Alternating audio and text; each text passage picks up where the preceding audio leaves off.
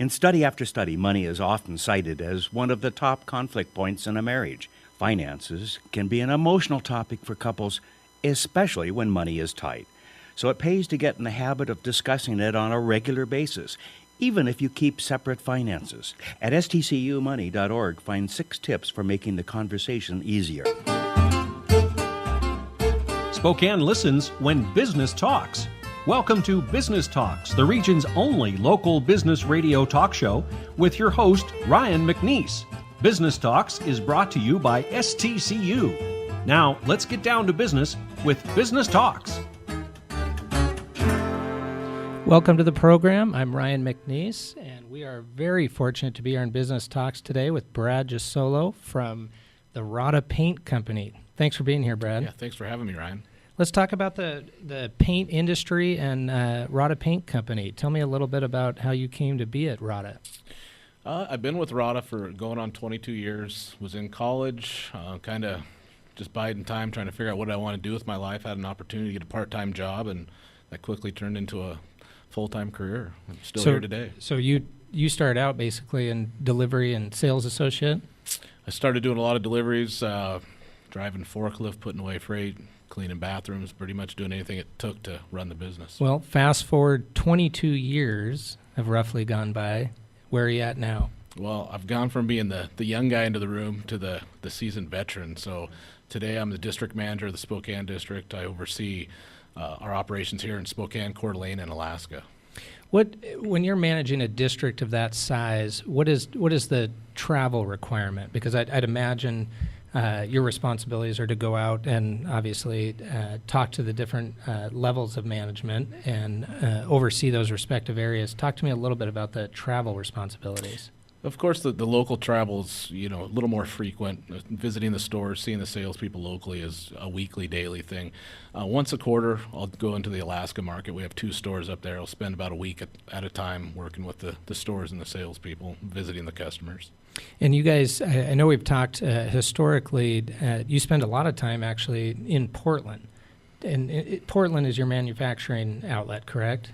Yeah, Portland is the birthplace of Rodda Paint, founded in 1932. We're still located there, corporate offices are there. All of our paint is manufactured in Portland, so still a lot of the same qualities that it had in 1932 Rodda has today. Well, and I think I've observed it appears that Rodda Paint really does have still some of the culture and family aspect of its beginnings. I think you said 1932. Would you agree that it's maintained a lot of the original cultural feelings that it was based upon? Yeah, it definitely has that family feel. Of course, it's grown from a few stores in the Portland market to basically across the Pacific Northwest and now into Canada. But yeah, you're still one of the family at Rodda, and that's really what's been a motivating factor to keep me at Rodda. I really love knowing the president. They know who I am. I'm not just a number at a corporation, but I'm part of the family. I'm fascinated by that concept because I think a buzzword would be the scalability of a business. And when you discuss a successful business like Rodda Paint, as you mentioned, several outlets, both United States and Canada, maintaining that cultural feel that created a lot of the early success and scaling that to the amount of sales folks that you guys have now, that is not an easy process. But it sounds like through a bit of an integrated management model that you guys have been able to do that successfully. Yeah, we've, I would say strategically grown to where we've had the ability to still have that family feel or that small, intimate company feel, but be able to take it to other districts, other markets. We went from Portland up I-5 to Seattle and kind of organically grew the business, then migrated east of the Cascades through central Washington into Spokane, and then again organically growing into Montana. After a certain point in time, I think organically it becomes more and more difficult to grow. So then we've strategically looked at other companies that have like-minded views of Rodda, where the employees are super important, the customers, of course, are important, the value of the product is important, and in Boise 2 years ago, we made an acquisition of 6 stores down there, and not so organically grew the business, but followed the same mantra, the same concept with the businesses. keep it a family-oriented business. Today, Rodda is still privately held, family-owned. There's some other families that play from the original That's family, unique. but we're still a family-owned company, and that's pretty rare today. And it is interesting. You just spoke of the acquisitions in Boise, and that's an interesting concept because it sounds like historically Rodda, as you indicated, has organically grown in whatever region or district they felt like they had an opportunity for some economic growth, potentially looking at the cost-benefit analysis of each of those regions. But then, interestingly, in the last couple of years, maybe outside the normal model, decided to acquire some existing paint businesses in Boise. Maybe give us a little bit of why that decision was made, maybe a bit differently than the historical growth. Yeah, I don't think we set out to purchase a business, but an opportunity came about. We had the desire to be in Boise. Boise's a market much like Spokane where you have a difficult time organically growing because it's so far away from where Rodda has historically been. It also, you can't put one store in there and try to grow it because it's such a big market, not only populational, but geographically it's spread out across a lot of miles. So it made sense. And like I said, an opportunity came about. We had the desire to be there and talk about, we really learned a lot of lessons. We've really been strong at growing organically, building the sales to the point where we can put a new store in.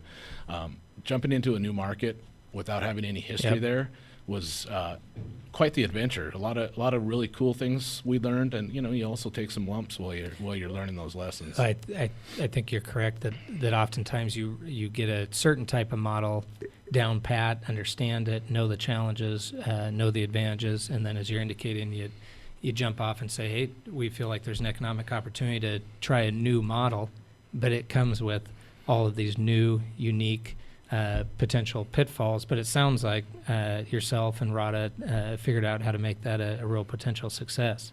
Yeah, we've been down there 2 years. We've totally rebranded the business from the existing paint brand it was to what it is today. They're all new Rodda stores, fresh new logos, new product for that market. So we've really turned the corner, and that business is thriving today. Where in the beginning we did, like I said, took a few lumps and kind of learned our lessons on what not to do next time. You just mentioned new products down there. Are there specific products to that area that are different than some of the other regions? The product assortment is pretty common throughout all of our stores in all the regions, but each market has its own specific products. So whether it's they have some manufactured home producers down there. They also have some OEM manufacturers, and they use specific products, and we build those per customer specification. Is that also based on climate specifications, or mainly what it's being applied to? Most of the time, it's the substrate and the business that we're specifically building a product to. If it's not one of our everyday core products. I would imagine that's one of the most interesting pieces of the paint product itself is the plethora of surfaces, or you said substrates, that it goes on. And I would imagine there are issues consistently that you deal with about matching the correct two. That, hey, this needs to go on a tilt-up concrete surface, thus the salesman needs to accommodate the client with the right type of paint for that, or some type of metal product. I'd imagine that's a big part of the sales process. Yeah, and manufacturing process. Exactly. Knowing what the customer's needs are. Of course, you're not going to sell house paint on a car, and you're not going to sell the same product that you would put on a steel substrate or surface as you would on a concrete tilt-up. So, doing the due diligence and knowing what our customers need and what will make our customers more profitable and their life better, that's where we excel. How many employees were acquired, if you will, in the Boise transaction? We added 6 stores. It's about 50 people, give or take a few, but roughly 50 people. About 50 people. And what's roughly the total amount of employees at Rodda Paint Company or Cloverdale? Well, Rodda, that put us over 55 stores. So with manufacturing, sales, and our store count, it puts us around 450 employees. Okay. You can double that or a little bit more with adding Cloverdale. Cloverdale's a little bit bigger company. They're basically coast to coast in Canada. So their origins are from Surrey, BC, essentially Vancouver, BC, and they just recently expanded all the way out to Quebec. technology-wise, with the different regions, what has Rodda Paint tried to do to assimilate the different regions? And we might need to take a short break and come back and discuss that a little bit. Let's take a short break and back with Brad Gisolo.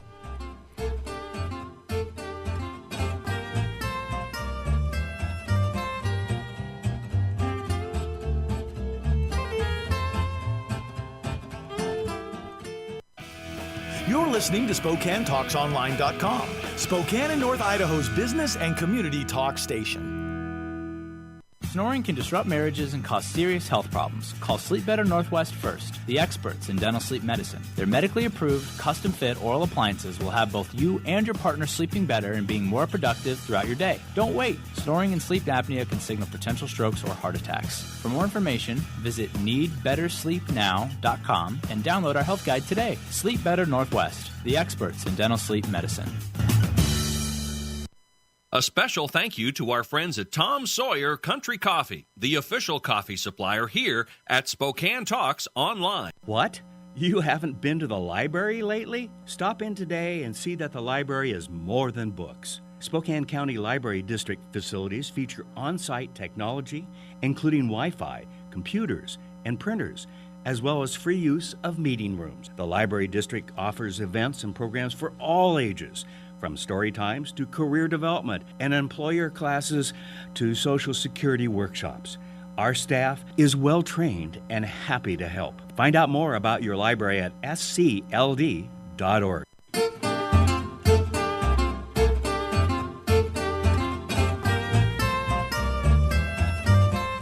We're back at Business Talks with Brad Gisolo at the Rodda Paint Company, and just before the break, I was asking Brad about how Rodda Paint Company, as they've expanded over the years, roughly 400 employees and in several different districts, including some acquisitions in Boise, Idaho, how they integrate technology. And Brad, what are some thoughts on either the independence or the integration of these different regions?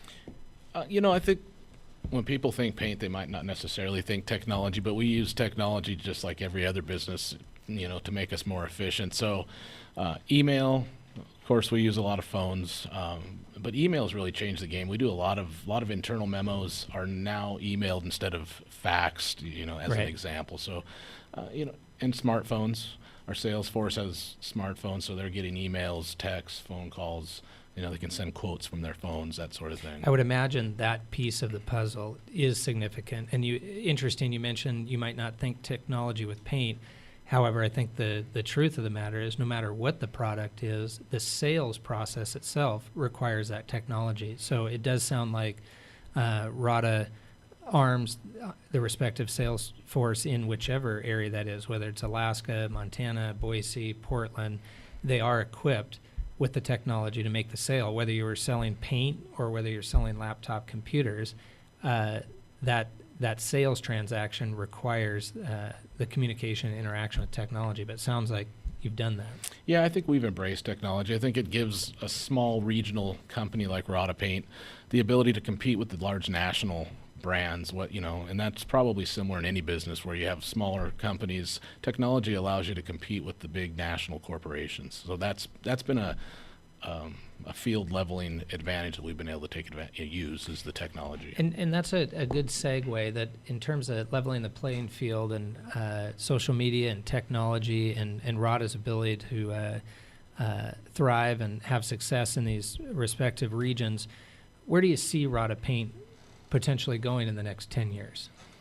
That's a good question. Over the last 20 years, I've seen the climate or the landscape of the paint industry change drastically. People in Spokane knew Columbia Paint. That was the Rodda Paint of Spokane, and, local, homegrown. And that got purchased and went away in 2007. In 2004, we merged or became partners with Cloverdale.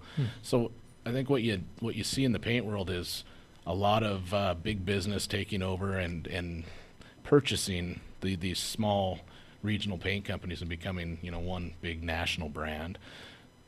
I see Rodda will continue to grow. I think a lot of organic growth. There's still a lot of markets in the Pacific Northwest that we don't serve that we could serve, and we'd be well served to put stores in. So I think you'll see organic growth throughout the same service areas that we have now, maybe infill. You'll see some more stores in cities like Spokane, Tri-Cities, that sort of thing. And yet the growth question obviously oftentimes comes up in any business discussion, but growth for growth's sake is kind of a catchphrase that I think you're maybe hitting on, that you could, just because the opportunity for growth is there doesn't mean a Rodda or another industry, it doesn't necessarily make it the right choice. And it sounds like management is specifically looking at different regions and different opportunities and saying, are we going to grow for growth's sake, or does this make cost-benefit analysis to be in Boise, to be in the new respective area? So it sounds like that's a major discussion per your growth model. Yeah, as we sit down and look at a map of the areas we service, we try to use a pretty strategic view of what makes sense, what's going to maximize our return on investment. Should we pioneer a new market, or should we supplement existing markets where we already excel? An example that would be Spokane, where we have a couple stores. Right. We could probably add a third. And in Anchorage, we have one store, and it's one of our highest volume stores, so it makes sense to look at putting more locations in an already developed city. So we look at every opportunity and try to strategically say, okay, what's going to be best for Rodda, what's going to be best for our customer, and then move forward. Well, and that you bring up a good point, that in terms of multiple stores within for instance, Spokane County, I think you've indicated in discussions prior that you had to, as a business, had to think long and hard. Do we put a North Side store? Do we put a Coeur d'Alene store? Do we put a Spokane store? And does that service the customer better? And talk to me a little bit about that, what you found from kind of a practical survey, that you did add these stores, and what was the outcome of that? Yeah, we try to do a market analysis before we do it, put in any new location. So, an interesting question is still one that we haven't quite answered, is Spokane. What's the best place for a new store? Is it metro downtown Spokane, or is it moving where the suburbs are growing? So would that be Airway Heights, or would it be towards the state line where, new housing, multifamily or single families being built? We try to look and say, okay, on top of that, what better serves our customers? We need locations near easy access, whether it's I-90 or Division. We try to look at the big picture before we put into a new store, because it's a big investment. Well, and currently, given that you have the North Side store, you have the store on basically the Broadway and Sprague exit, Coeur d'Alene, it sounds like you have a pretty good geometric area covered there to meet all of those newly developed areas. Is that proving it to be true? Yeah, those stores are by design in the location that they're at. They're easy access from major arterials, convenient for our customers to get to, easy for us to do deliveries and service our customers from. So those are the things that we look for. And we also try to identify who is our customer. We love to sell to anybody and everybody, but right. Most of our business is what I would classify as the commercial user. 95% of our business is people that are commercially licensed to do contracting work or are building a product for somebody. And the other 5% is the homeowner, redoing the repaints and whatnot. So looking on a pie chart, that is interesting. 5% of your direct business is individual residences, but 95% is primarily commercial. Yeah, 95 might be overstating slightly, but 85 to 95% is very accurate. We definitely have a niche with the professional user. Which means, from a sales standpoint, and you being the district manager, obviously this is right in your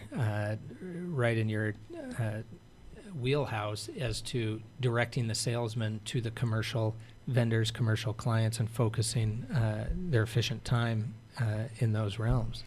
Yeah, what I call marketing money is our sales force. We don't have the national ad campaigns that some of our competitors do, so you're not seeing us on HGTV and some of these other national syndicated home improvement shows, for example. So we focus our time and energy on calling on what I would call commercial users, whether it's a painting contractor, a home builder, a general contractor, facility maintenance, OEM, people that are manufacturing parts and pieces. That actually seems like a real rational, logical choice, because you're in a sense doing the hub and spoke mentality of, if you're reaching out to the commercial painter, well, where are the customers going? The actual folks, commercial operations needing the paint, they're probably going to the commercial painter. So it does seem like you've really identified the hub and spoke mentality versus spending a plethora of resources on national campaigns. Yeah, I think we used to try to be all things to all people, and as the big box stores and some of these other businesses have popped up, we've kind of streamlined our business and our business focus to that commercial user. And we love to sell to anybody, like I've said before, but our retail business or do-it-yourself are going to come back from the new construction house that we painted from one of our commercial painters or one of our key builders. I mean, that's kind of our focus, is to capture that retail business as it comes to us from somebody buying a house from one of our builders, or somebody wants to paint another room that a commercial a repainter, they get their house repainted over the summer and they like the product. So we want to build the relationship with the retail side, but we have to do it a little differently than having a national ad campaign.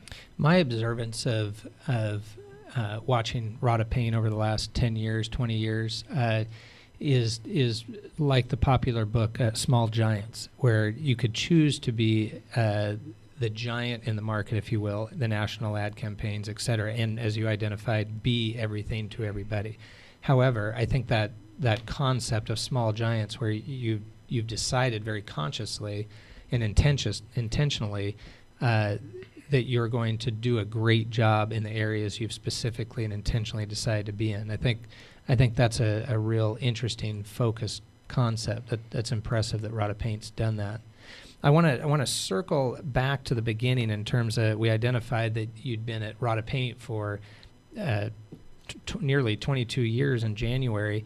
Let's circle back, though. When you first, before you even got to Rodda Paint, an interesting part of your story, Brad, that I think plays a big part in your sales success is, tell me about your experience in Alaska. So, yeah, my freshman year, or just leaving freshman year of, we were in junior high back in the day, but freshman year in high school, my parents told me that we're moving to Alaska and that I'm getting a job. Oh, and that's a shock. Yeah, a big time shock. And I said, well, Mom, what kind of job do you have in mind? And she said, well, you're going to be a commercial fisherman. And I said, what is that? What is that at 15? At 15. So we moved up there, packed everything up in a U-Haul, and a week later I was commercial fishing in the Prince William Sound. A lot of people have never heard of the Prince William Sound. That's where the Exxon Valdez wrecked, and I had the opportunity to go up there and see kind of the aftermath of that. And luckily, the fish were still coming back, and we were able to catch some and make a little bit of money. I would imagine that experience, the grit at 15 years old, and most folks around you, your colleagues, folks on the boats, were well above that age. What would have been the average age on these boats? 35 to 50, kind of looking back, was probably the average age. And talk about a life-changing or defining moment. You go from having fun every summer to having a job where you're working 7 days a week and sometimes 20 hours a day. When you commercial fish, you work when the fish are hitting the nets or the fish are running, as they say. So it was a life-changing and eye-opening experience. And I credit a lot of my work ethic and where I'm at today is based on the lessons I learned in Alaska commercial fishing. And I think that makes a lot of sense, because as you started, as you indicated, in delivery and sales associate, and then a lot of success as a salesman for 2 decades, I'd imagine those interpersonal skills, what you learned on the boats of Alaska, played a substantial part in the dynamics of sales. Yeah, not only are you a 15-year-old child really looking back and learning how to work, but you're learning how to coexist with men that have vast more life experience than you, and you have to be able to build their trust, earn their respect.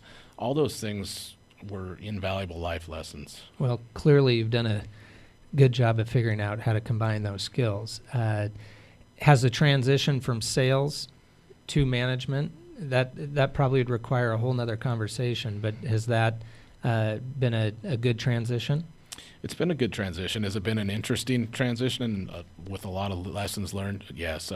We could go on and on about that transition from sales to management, but I think a lot of top performing people, the next logical step is you take the promotion that's offered or available to you, and sometimes you're not always equipped.